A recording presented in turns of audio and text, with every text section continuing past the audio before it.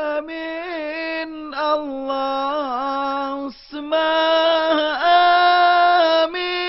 amin. Urang mukmin gelake-lake doa. Berkat rahmat Allah yang berinan doa tema sejahtera. Amin Allahumma amin. Urang mukmin gelake-lake doa. Berkat rahmat Allah yang berinan doa tema sejahtera. Lale lale getanyo lale, hana janta te umuka dua. Kutengon jangan ku dengan mite, hantong tak combet kamu salah. Kutengon jangan ku dengan mise, Hantong na dompet kamu salah. Hantong na dompet kamu salah. Hantong na dompet kamu salah.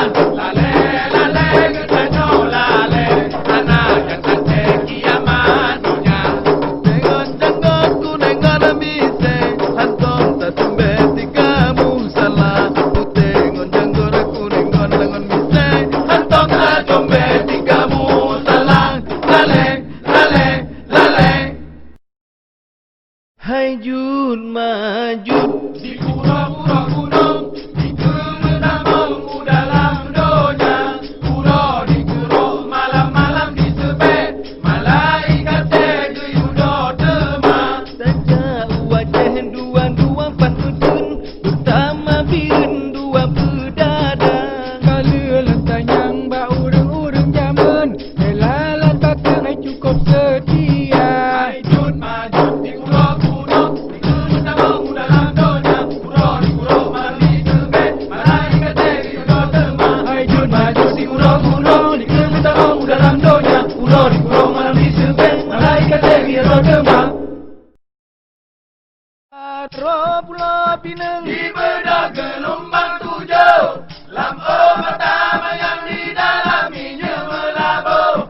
Ada pulau Pinang di bedah gelombang tujuh, lam pertama yang di dalaminya melabur. Allahilila upan sida ini ada bukan ulun di darat bebas saja.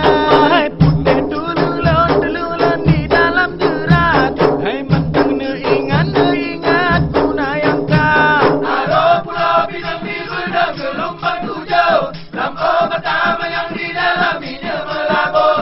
Ada pulau Pinang di bedah gelombang tujuh, lam pertama yang di dalaminya melabur. Malam bukan le sayang lengkalan pada jipon angin dewater memetin pa.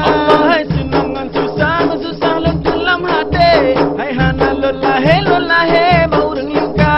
Ada pulau Pinang di bedah gelombang tujuh, lam pertama yang di dalaminya melabur. Ada pulau Pinang di bedah gelombang tujuh, lam pertama yang di dalaminya melabur. Rengkadan menan.